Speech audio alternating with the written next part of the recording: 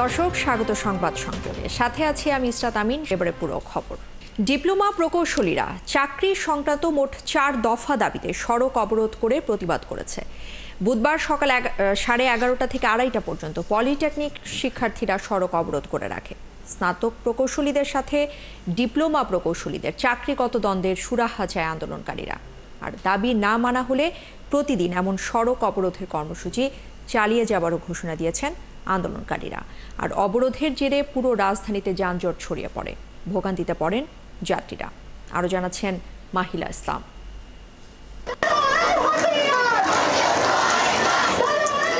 পূর্ব ঘোষণা অনুযায়ী সকাল থেকে পলিটেকনিক কলেজের শিক্ষার্থীরা তেজগাঁও 7 রাস্তায় জড়ো হন।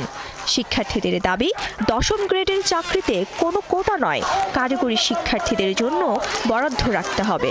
এমন আরও 3টি দাবিতে তারা প্রতিবাদ করে।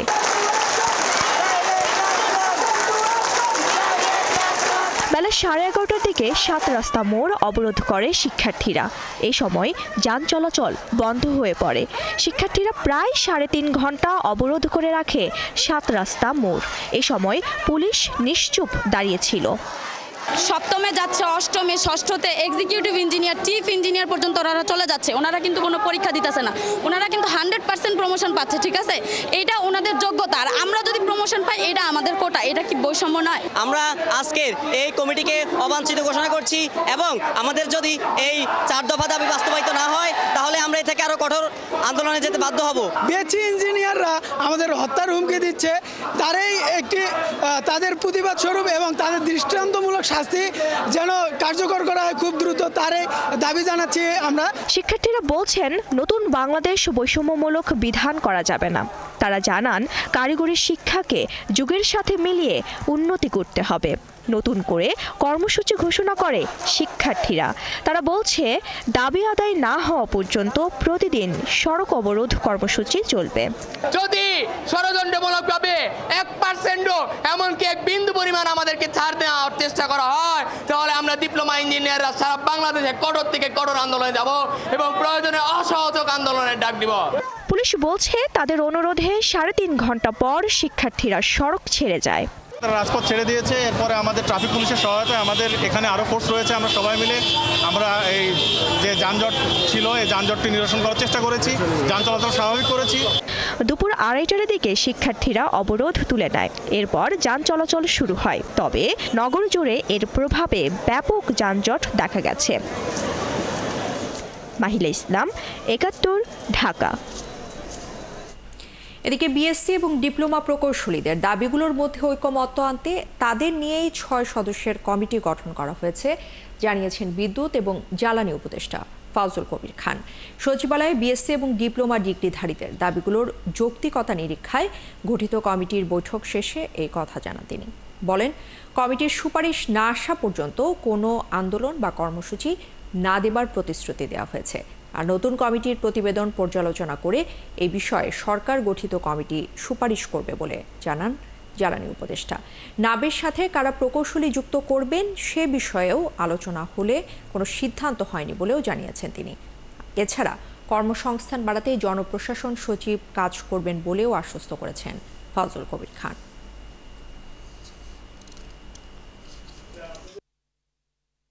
খুবই ভালো আলোচনা হয়েছে এবং আমরা ওনারা প্রতিশ্রুতি দিয়ে গেছেন যে আজকে থেকে আর কোনো আন্দোলন হবে না। ওনাদের কমিটি রিপোর্ট দেবে, ওই কমিটির রিপোর্ট দিলে আমরা কমিটির রিপোর্ট পর্যালোচনা করে আমরা আমাদের সুপারিশ প্রণয়ন করে সরকারকে দেবো। সবাইকে বলছি যে এখন নির্বাচন সামনে আছে, আমরা চাই না যে রাস্তায় জনদুর্ভোগ হোক এমন কোনো কর্মসূচি কেউ দেন। আর আমরা তো কারো পক্ষের সরকার না, আমরা তো সবার সরকার, অন্তর্বর্তীকালীন সরকার, আমরা সবাই সরকার। আমরা নিরপেক্ষভাবে যেটা কি বলে ন্যায্য যেটা করা উচিত সেটা আমরা করব। ডিপ্লোমা প্রকৌশলীদের হত্যার হুমকির প্রতিবাদ এবং 10ম গ্রেড সংরক্ষণ, পদোন্নতির ক্ষেত্রে 50% নির্ধারণ সহ বিভিন্ন দাবিতে সারা দেশে আন্দোলন কর্মসূচি পালন করেছে পলিটেকনিক ইনস্টিটিউটের শিক্ষার্থীরা। এসব কর্মসূচির মধ্যে ছিল বিক্ষোভ মিছিল এবং সড়ক অবরোধ। বিকেল 3টায় তারা আগামী 24 সেপ্টেম্বর বিভাগীয় সমাবেশের ঘোষণা দেয়। সহকর্মীদের তথ্য এবং ছবিতে প্রতিবেদন। সকাল থেকে বরিশাল ঢাকা মহাসড়ক অবরোধ করে পলিটেকনিক কলেজের শিক্ষার্থীরা বেলা 12টায় অবরোধ ও বিক্ষোভ করে তারা আগামী 24 সেপ্টেম্বর বিভাগীয় সমাবেশের ঘোষণা দেয়। দীর্ঘদিনের দাবি, সেটা বাস্তবায়নের জন্য আমরা মাঠে রয়েছি এবং এই দাবি যতদিন বাস্তবায়ন হবে ততদিন আমরা রাজপথে থাকবো। আমরা 4 বছর পড়ালেখা করি, তারপর যদি আমরা ইঞ্জিনিয়ার পদটা না পাই, টেকনিশিয়ান পদে, তখন আমাদের কেমন লাগবে? ময়মনসিংহ পলিটেকনিক ইনস্টিটিউট ক্যাম্পাস থেকে বিক্ষোভ মিছিল নিয়ে নগরীর শিকারীকান্দা বাইপাস মোড়ে এসে ঢাকা ময়মনসিংহ মহাসড়কে ব্লকেট কর্মসূচি ঘোষণা দেয় শিক্ষার্থীরা। এ সময় তারা বলেন, সরকারকে অবিলম্বে তাদের দাবি মেনে নিতে হবে, অন্যথায় তারা কঠোর কর্মসূচি দেবে।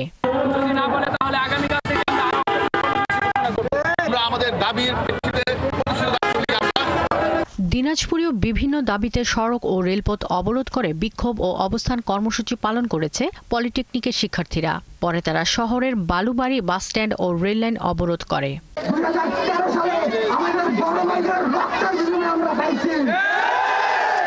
6 দফা দাবি অবিলম্বে পূর্ণাঙ্গভাবে বাস্তবায়ন করতে হবে।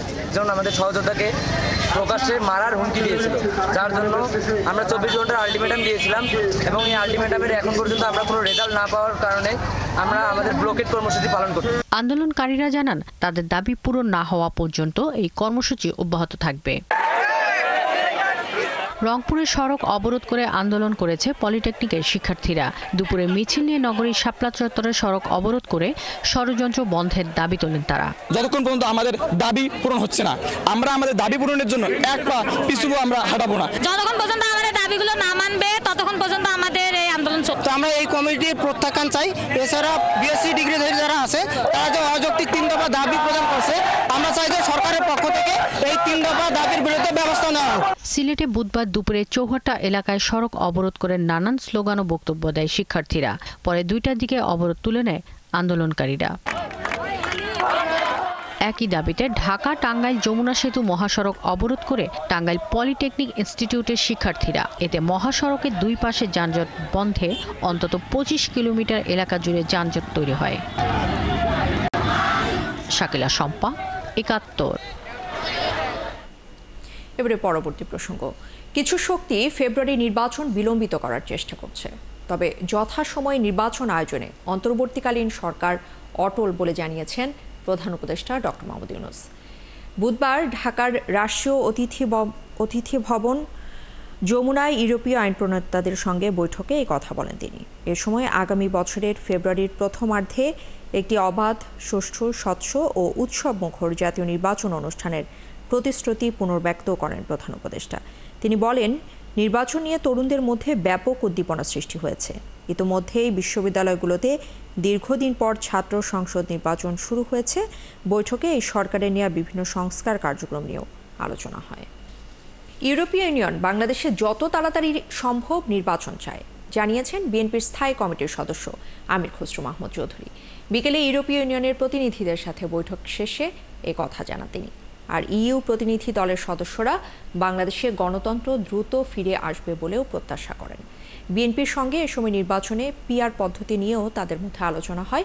কোন দল পিআর পদ্ধতি চাইলে জনগণের ম্যান্ডেট নিয়ে ক্ষমতা এসে সংসদে তা পাশ করানোর কথা উঠে আসে ওই আলোচনায়। আমরা বাংলাদেশ এই যে নির্বাচনের দিকে, দেশ গণতন্ত্রের দিকে, ট্রানজিশনের দিকে যে যাচ্ছে, এটা ওরা সন্তুষ্ট।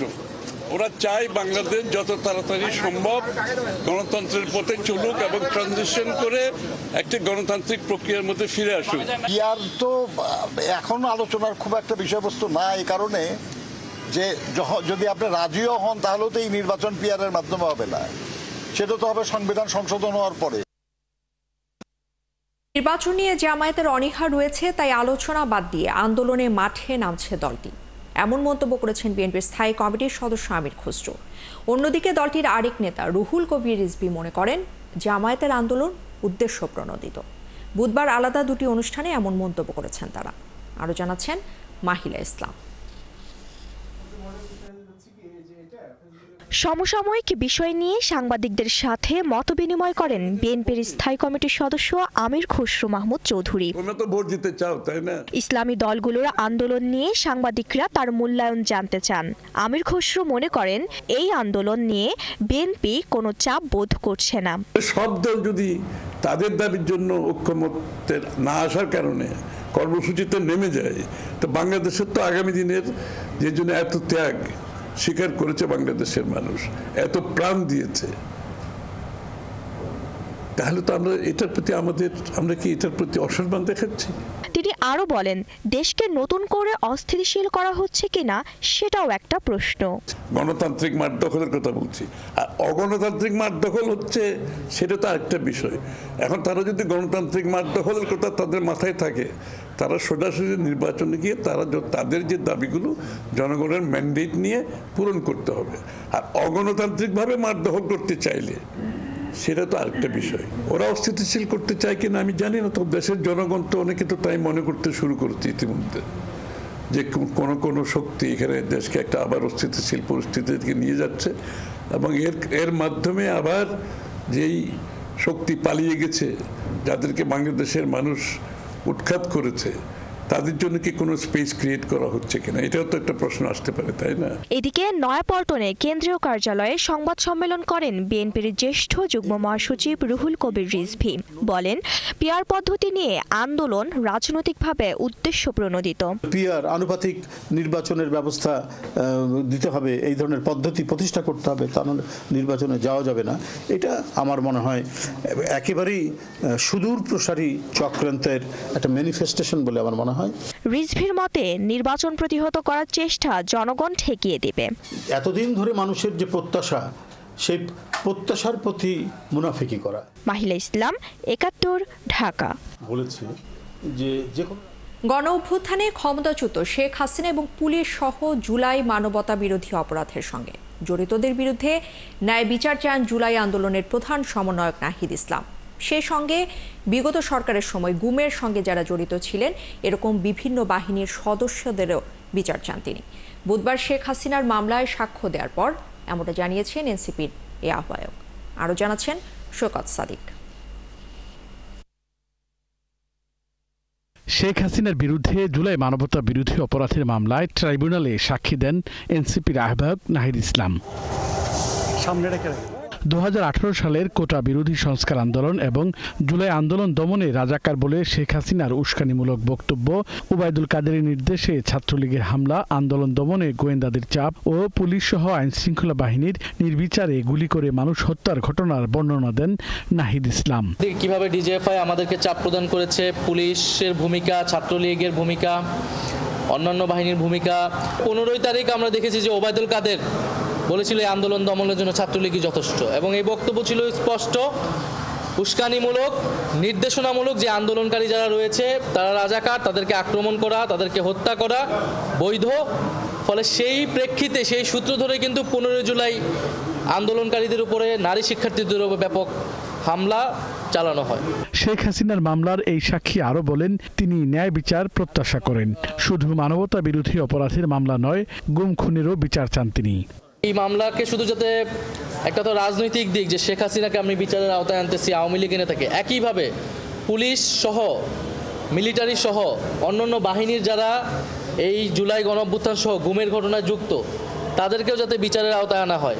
ন্যায় বিচার একটা নিদর্শন হয়ে থাকবে শুধু বাংলাদেশের জন্যই নয়, পৃথিবীর জন্য, যে যদি কেউ স্বৈর শাসন কায়েম করতে চায়, জনগণের উপরে আক্রমণ চালা, জনগণকে হত্যা করে, তার পরিণতি আসলে কি হয়।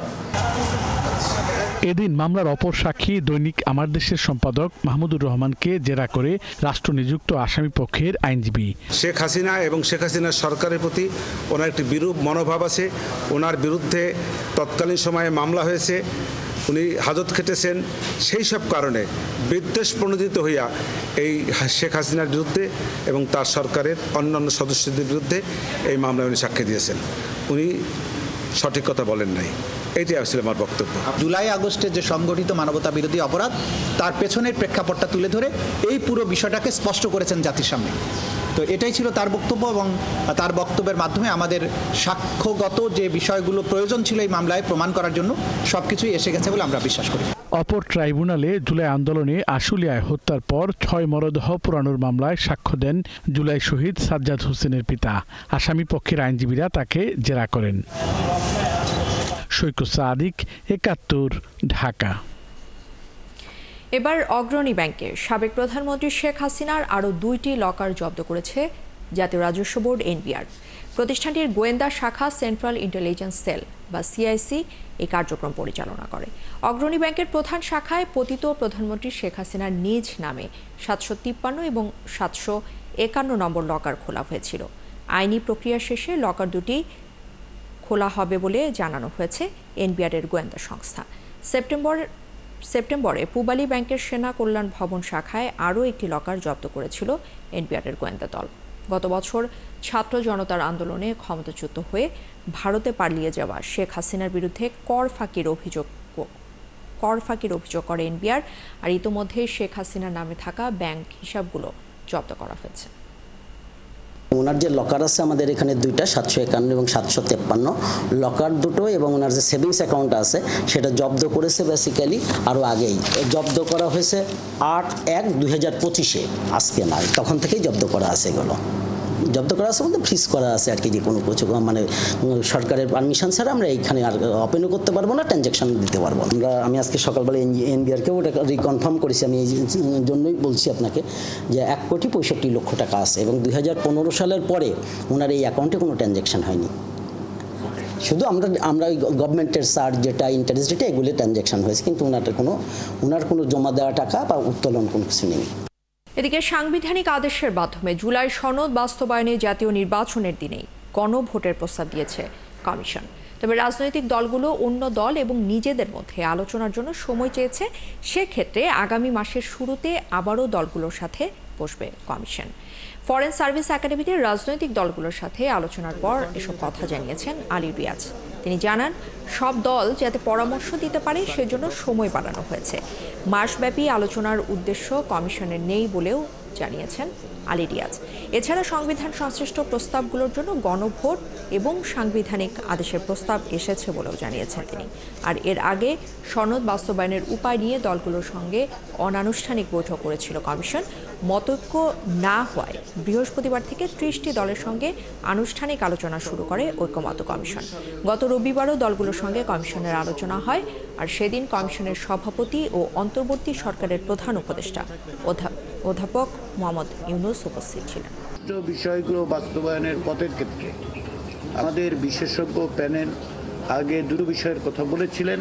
তার একটি হচ্ছে গণভোট, আর একটি হচ্ছে বিশেষ সাংবিধানিক আদেশ।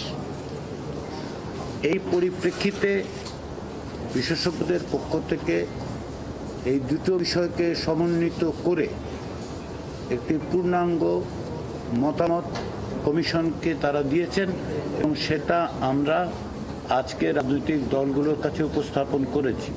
ডেমু ট্রেন কেনায় প্রায় 600 কোটি টাকার দুর্নীতির দায়ে রেলের সাবেক মহাপরিচালক সহ 7 জনের বিরুদ্ধে মামলা করেছে দুদক। আর ইঞ্জিন কেনায় আরও 322 কোটি টাকা লুটপাটের প্রমাণ পেয়েছে কমিশন। এদিকে ঋণের নামে ইসলামী ব্যাংক থেকে 363 কোটি টাকা আত্মসাতের অভিযোগে 43 জনের বিরুদ্ধে মামলা করেছে সংস্থাটি। জেমসন মাহবুবের প্রতিবেদন। স্বল্প দূরত্বে দ্রুত ও সাশ্রয়ী পরিবহন ব্যবস্থা গড়ে তোলার লক্ষ্যে চীন থেকে আমদানি করা হয় বিশেষ ধরনের ডেমু ট্রেন। চুক্তি মতে 30 বছরের সেবা দেওয়ার কথা থাকলেও 10 বছরেই ভাগাড়ে চলে যায় এসব। আওয়ামী লীগ সরকারের আমলে রেল কর্তৃপক্ষের অবহেলা ও অদক্ষ প্রশাসনের মাধ্যমে পরিচালনা করার কারণে মুখ থুবড়ে পড়ে এই প্রকল্প। দুর্নীতির অভিযোগ এলে তা আমলে নিয়ে অনুসন্ধান শুরু করে দুদক। বেরিয়ে আসে সম্ভাব্যতা যাচাই ছাড়াই অকার্যকর ডেমো ট্রেন কিনে রাষ্ট্রের প্রায় 600 কোটি টাকার ক্ষতির তথ্য। এই ঘটনায় সাবেক মহাপরিচালক তৌহিদুল আনোয়ার চৌধুরী সহ 7 জনের বিরুদ্ধে মামলা করেছে দুদক। প্রতারণা ও জালজালির অপরাধজনক বিশ্বাস ভঙ্গ করে অকার্যকর, লোকসানি এবং বাংলাদেশ রেল অবকাঠামো, প্রযুক্তি এবং পরিবেশে অনুপযোগী জানা সত্ত্বেও ডেমু ট্রেন ক্রয় প্রকল্পের অনুমোদন গ্রহণ এবং বাস্তবায়নের নিমিত্তে রাষ্ট্রীয় 598,84,17,000 টাকার ক্ষতি সাধন করার অপরাধ অনুসন্ধানকালে প্রমাণিত হওয়ায় 7 জনের বিরুদ্ধে মামলা রুজু হয়েছে। একই সাথে রেলের 10 ইঞ্জিন ক্রয়ে 322 কোটি টাকার রাজস্ব ক্ষতির অভিযোগে রেলের আরেক সাবেক মহাপরিচালক শামসুজ্জামান সহ 3 জনের বিরুদ্ধে মামলার অনুমোদন দিয়েছে সংস্থাটি। এদিকে মামলা হয়েছে এস আলম গ্রুপের চেয়ারম্যান সাইফুল আলম, নাবিল গ্রুপের এমডি আমিনুল ইসলাম সহ 43 জনের বিরুদ্ধে। অভিযোগ, ঋণের নামে ইসলামী ব্যাংক থেকে 363 কোটি টাকা আত্মসাতের। প্রতারণা ও জালিয়াতির মাধ্যমে রেকর্ডপত্র সৃজন করে তা ব্যবহার করত ব্যাংকের কর্মকর্তাদের মাধ্যমে নানাবিধ ব্যাংকিং অনিয়ম ও দুর্নীতির মাধ্যমে নবগঠিত প্রতিষ্ঠানটির অনুকূলে 670 কোটি টাকা বিনিয়োগ সুবিধা মঞ্জুর এবং মঞ্জুরকৃত 670 কোটি টাকার মধ্যে 363 কোটি টাকা বিতরণপূর্বক আত্মসাৎ এবং উক্ত অর্থের উৎস ও প্রকৃতি গোপন করার জন্য স্থানান্তর, রূপান্তর এবং হস্তান্তর করার অপরাধ অনুসন্ধানকালে প্রমাণিত হয়েছে। 12 কোটি টাকারও বেশি অবৈধ সম্পদ অর্জনের অভিযোগে মামলা হয়েছে উপ-আনুষ্ঠানিক শিক্ষা ব্যুরোর সাবেক মহাপরিচালক আবুল কালাম আজাদের বিরুদ্ধেও। আমিনুল ইসলাম, জেমসন মাহবুব, 71, ঢাকা। খিলক্ষেতের বোটঘাট থেকে আমতলা পর্যন্ত 1 কিলোমিটার সড়ক শুধুমাত্র ড্রেনেজ সংস্কারের নামে খুঁড়ে ফেলে রাখা হয়েছে 1 মাসেরও বেশি সময় ধরে। বড় বড় পিটগুলো উন্মুক্ত থাকায় প্রতিনিয়তই দুর্ঘটনায় আহত হচ্ছেন মানুষ। আর রাস্তাগুলো এমনভাবে কাটা হয়েছে যেখানে যানবাহন তো দূরের কথা, মানুষ হেঁটেও চলাচল করতে পারছে না। বিস্তারিত সুমন মাহমুদের প্রতিবেদনে। বোটঘাট থেকে আমতলা পর্যন্ত 1 কিলোমিটার